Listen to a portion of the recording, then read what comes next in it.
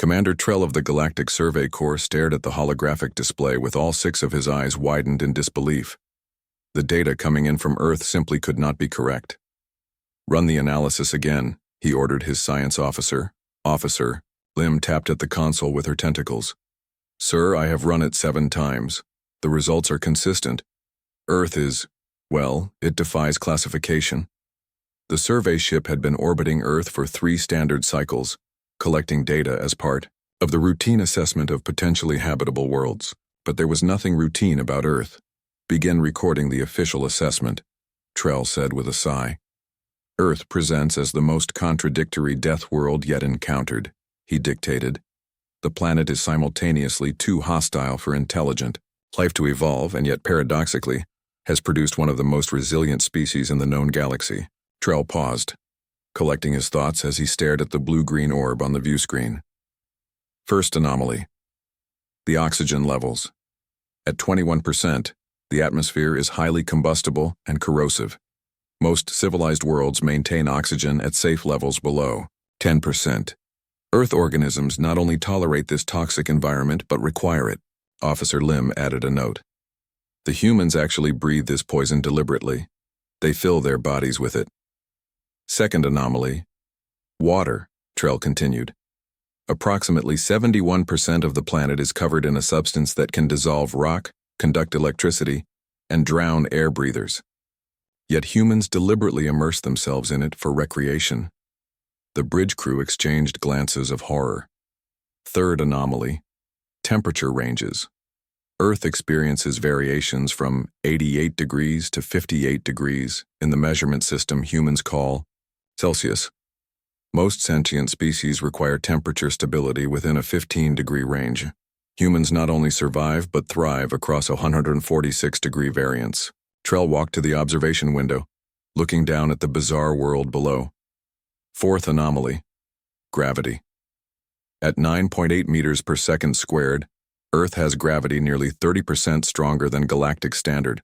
The humans have evolved under this crushing force, giving them physical strength disproportionate to their size when in standard gravity environments. Officer Lim shuddered visibly. The simulation suggests a human could accidentally break one of our limbs with a casual handshake. Fifth anomaly, Trell pressed on: radiation.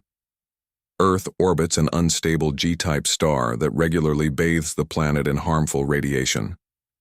Instead of seeking shelter, humans expose themselves to this radiation until their skin changes color. They call this tanning and consider it aesthetically pleasing. The medical officer, Doc Penn, interjected. Their cells actually repair radiation.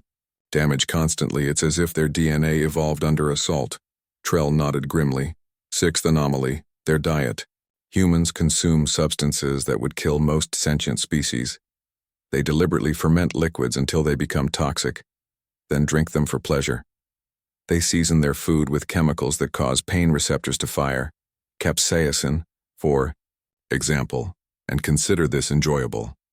They call it spicy, Lim noted with disgust. Their morning stimulant, coffee, contains enough caffeine to trigger cardiac events in 4 of the 5 galactic standard species, added Doc Penn. Trell continued. Seventh anomaly, sleep patterns. Humans voluntarily lose consciousness for approximately 1/3 of each day, becoming completely vulnerable to predators. This behavior would result in extinction on any other death world. Eighth anomaly. Despite living on a planet with over 64,000 species that can potentially kill them, humans have become the apex predators. Rather than evolving natural defenses like toxins, armor, or enhanced speed, they developed intelligence and tools. Ninth anomaly. Natural disasters. Earth experiences earthquakes, volcanic eruptions, hurricanes, tornadoes, tsunamis, floods, and wildfires. Instead of abandoning areas prone to these events, humans rebuild in the same locations repeatedly. The navigation officer spoke up. They have cities with millions of inhabitants built directly on fault lines and at the bases of dormant volcanoes. Final, and most puzzling anomaly, Trell said, his voice lowering. Humans seek out danger deliberately. They climb mountains with insufficient oxygen, dive into ocean depths that would crush their bodies, jump from high places for entertainment, and deliberately engage in competitions of physical risk. They call these activities sports or adventures. The bridge fell silent as they contemplated the madness of such a species. Conclusion, Trell finally said. Earth is classified as a Class 5 Deathworld, the highest rating in our scale. However, due to the unprecedented adaptability of its dominant species, we are forced to create a new classification.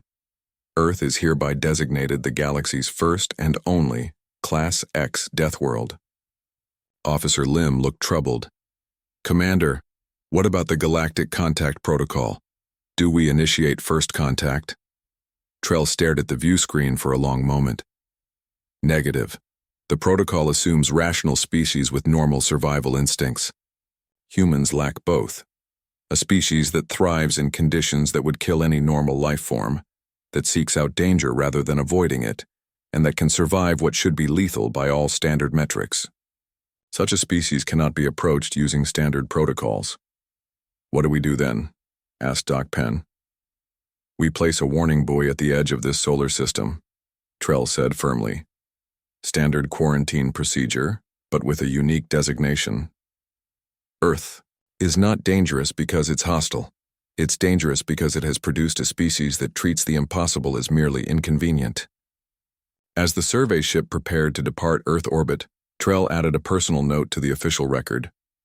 May the stars help any species that underestimates humans. They don't just survive their death world, they conquer it daily, without even realizing how impossible that should be.